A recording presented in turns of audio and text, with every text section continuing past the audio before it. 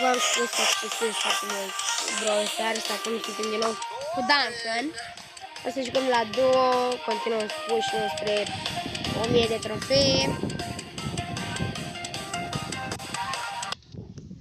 Poate într-un moment dat, poate ajungem, nu știu dacă o să ajungem azi. Vreau să postez. Vreau să postez și cu Brock Fritz.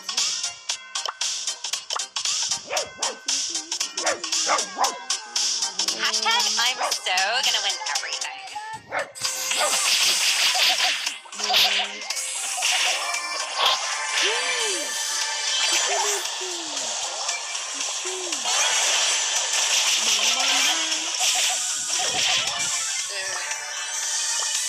Mergem pe aici.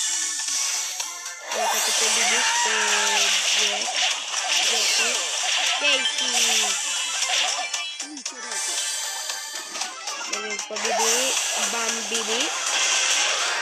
Bambidi. The Bibi. Easy match. Mai avem puțin ieșim ca să putem să facem unboxing. Bum și adică dăm pe Starbrook și Epic.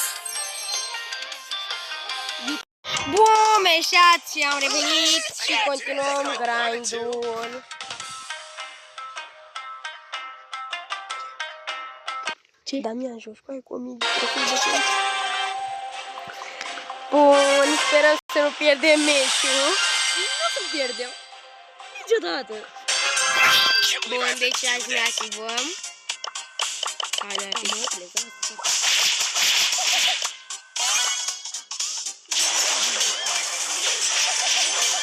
Bye, bye.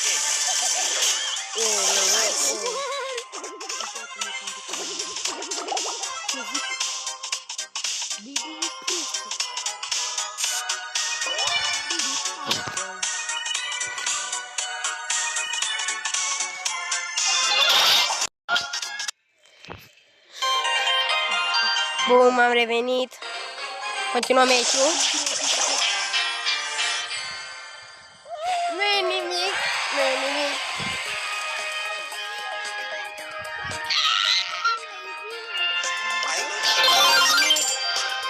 Haideți că...